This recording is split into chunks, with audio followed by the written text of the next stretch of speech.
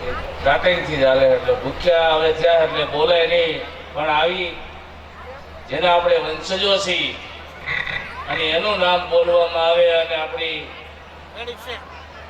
કઈ દેખાય ઓલું તો તેજ વાળાને મત કહું છું.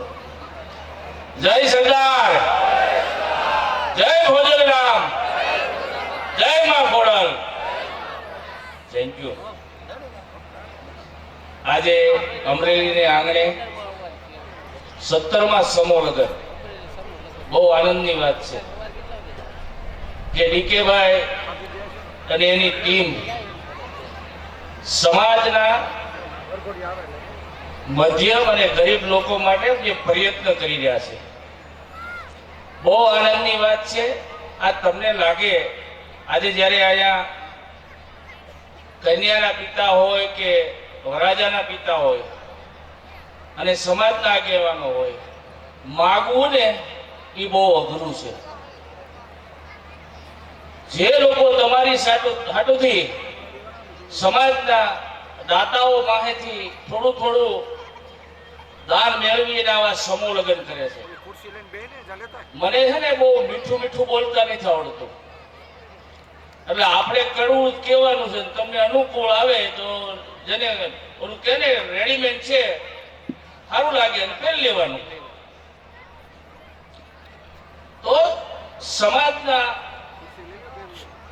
જે સંસ્થાઓ આવા કાર્ય કરતી હોય કે સમૂહ લગ્નની અંદર શા માટે જોડાવાનું, સમૂહ લગ્નની અંદર જોડાય અને કન્યા અને વરના માતા પિતાને ભાર ન આવે. આજના સમયની આવક પ્રમાણે પરિસ્થિતિ ખરાબ હોય એ માટેથી સમૂહ લગ્ન કરવામાં આવે છે. ત્યારે હું આ ટીમને કહું છું, મેં બહુ લગ્ન કર્યા, બધાને ખ્યાલ છે 1000 દીકરીઓ પરણાવી છે, પણ સમૂહ લગ્નની અંદર જોડાવવું હોય તો હવે પછી એક સમાજમાં એક નિયમ ઉભો કરવો પડશે કે ઘરે કોઈ પ્રસંગ જ નહીં, ડીજે નહીં, ગરબા નહીં, આ પ્રી-વેડિંગ નહીં, હલ્દી રસમ નહીં, મહેંદી રસમ નહીં. ક્યાં જઈને આપણે અટકવાના છીએ? આપણે વાતો કરતા કે આપણા સમાજની જોઈ અને આજે દુનિયાના બધા દેશના બધા સમાજો આપણી વાત લઈ અને શીખતા આપણામાંથી જોઈ. આજે આપણે શીખવાનો વારો આવી ગયો છે. બધા સમાજે નિયમ બનાવ્યા કે આટલું સોનું દેવાનું, આજ પહેરવા કરવાનો, પ્રી-વેડિંગ નહીં, ફોટા નહીં. બધા સમાજે બની શકે એમ છે આપણા સમાજનું. હું સેલો છું એટલે બહુ નથી પીસ, એટલે થોડુંક કહી દઉં. આપણે એવું હોય કે ઘણા વક્તાઓએ કીધું કે સમાજ બહુ મજબૂત થઈ ગયો છે. વાતું છે, સમાજ અત્યારે લોન ઉપર છે. 15 લાખનો ફ્લેટ લેશે અને 25 લાખની લોન કરાવે છે. અને સમાજ ક્યાંય મજબૂત થયો નથી. આજે સમાજના 70 થી 80% લોકો દર મહિને 25,000 સુધીની આવક છે. તો 12 મહિનાના 3 લાખ રૂપિયા. દીકરો હોય કે દીકરીને બાપ હોય જે નોકરી કરે છે સામાન્ય રીતે, તો જ્યારે એનો દીકરો વરાવવાનો થાય કે દીકરી વરાવવાની થાય, એટલે દીકરો વરાવવાનો થાય નક્કી થાય એટલે દીકરી તરફથી એક માંગ ઊભી થાય છે કે એપલનો ફોન જોઈશ.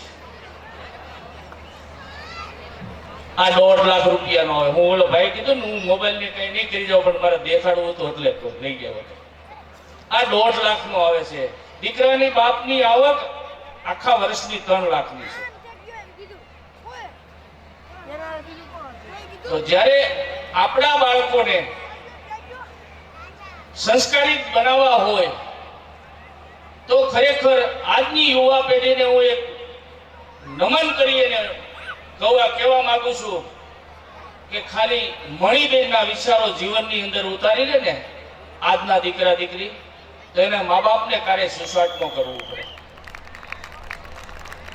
કે દેશના નાયબ વડાપ્રધાન સરદાર વલ્લભભાઈ પટેલ, ગૃહપ્રધાન, પ્રસારણ મંત્રી અને રિયાસત મંત્રી, આવી વ્યક્તિ અને એમના દીકરી જો થીગડા વાળી સાડી પહેરી એકતા હોય ને તો આજની યુવા પેઢી ખાલી મણિબેનને જીવનની અંદર ઉતારી લે એટલે એને મા બાપને કાર્ય સુસાઇડ ન કરવું પડે. કારણ કે દીકરા દીકરીની વાતને સંતોષવા માટે બાપ ગમે ત્યાંથી ગમે એ વ્યક્તિ પાસેથી વાલી વસ્તુ મેકી ગમે ત્યાંથી વ્યાજે પૈસા લાવી અને દીકરા દીકરીઓની જે કાંઈ ઈચ્છા હોય પૂર્ણ કરે છે. જ્યારે દીકરા દીકરી પૌણી જાય એની ઈચ્છાઓ પૂરી થઈ જાય અને બાપને કઈ ભેગું ન થાય ત્યારે એનો બાપ સુસાઇડ કરે છે. જે ઘરની અંદર જે વ્યક્તિ સુસાઇડ કરે છે ને એ ફેમિલીની અંદર એના માતા પિતા, એના બાળકો, એની પત્ની એક હારે 5-7 જણાએ સુસાઇડ કરવું ગણાય છે. ત્યારે આપણે ખાસ સમાજે અત્યારે એ નિયમ નક્કી કરવાનો છે. ડીકે સાહેબ, હું તમને 2 દિવસ પહેલા કીધું હતું, આજ પણ કહું કે જેને સમૂહ લગ્નની અંદર જોડાવવું હોય તેને આ ખર્ચા ન કરી શકે એને જોડવા જોઈએ. તમારું શું કહેવાનું થાય છે? તમારે સમૂહ લગ્નની અંદર જોડાવવું છે અને આયોજકોને પૂછવા આવો છો કે તમે કરિયાવર શું આપવાના છો. કરવું લાગશે, બીજી વાર કદાચ પેજ વાળા મને માઇક નહીં આપે. સમાજની વાત છે એટલે કહેવાની છે. હું જે વ્યક્તિને માનું છું એને કીધું તું હાસી કહેવાની હિંમત રાખો, કાળજુ સિંહનું રાખો. ઘરની વાત ઘરના આયા ઘરના બેઠા એટલે વાત કરું છું, બીજા સમાજની વિશે નથી કરતો. આ નક્કી કરવું પડશે કે સમાજને બસાવવું હોય તો સમાજે પણ સમજવું પડશે કે આપણે સામાન્ય રીતે લગ્ન કરવા, સમૂહ લગ્નની અંદર જોડાવવું, આર્ય સમાજની અંદર જોડાવવું. અને આ સંસ્થાઓ તમારા માટે કે સમાજને ઉગારવા માટેના જે પ્રયત્ન કરે છે તો એમાં બધાએ સહયોગ આપવો જોઈએ. કારણ કે નકરું આયોજકોએ બલિદાન આપવું યોગ્ય નથી. વર પક્ષ, કન્યા પક્ષના સમાજના આગેવાનો બેઠા એ બધાએ આજે મને અહીંયા બોલાવ્યો અને મને મારું સન્માન કર્યું અને મને બોલવાનો મોકો આપ્યો, મને સહન તમે કર્યો એ બદલ સૌનો ખૂબ ખૂબ આભાર. જય હિન્દ, જય ભારત, જય સરદાર.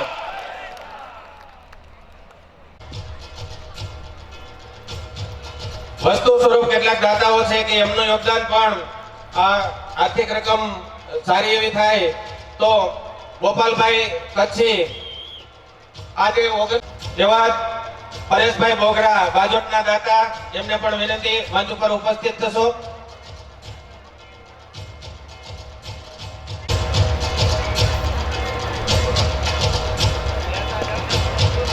ટ્રાવેલિંગ બેગ જિગ્નેશભાઈ ક્યાડા, મંડપ સ્ટેજ સુશોભન આશીર્વાદ ફુલાર,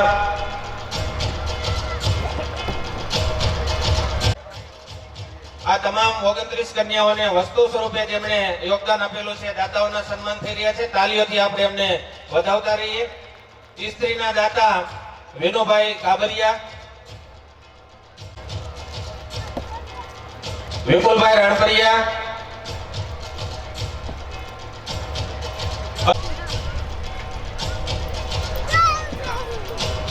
સમાજ ઓફિસે પાણીની સેવા જલધારા મિનરલ વોટર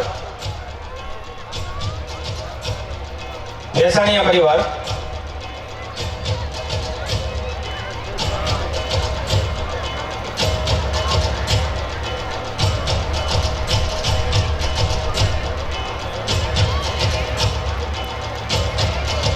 મંડપ વિધિની પૂજાની સામગ્રી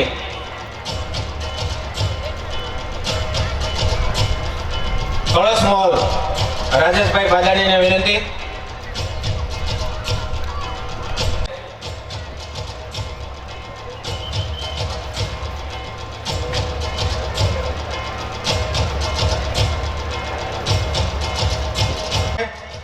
બંને સાથે એક વ્યક્તિ મળી અને કુલ 4 વ્યક્તિઓએ આ દરેક મંડપમાં નોંધ લેશો. ત્યાંથી ભોજન માટે જવાનું છે વર અને કન્યા માટે.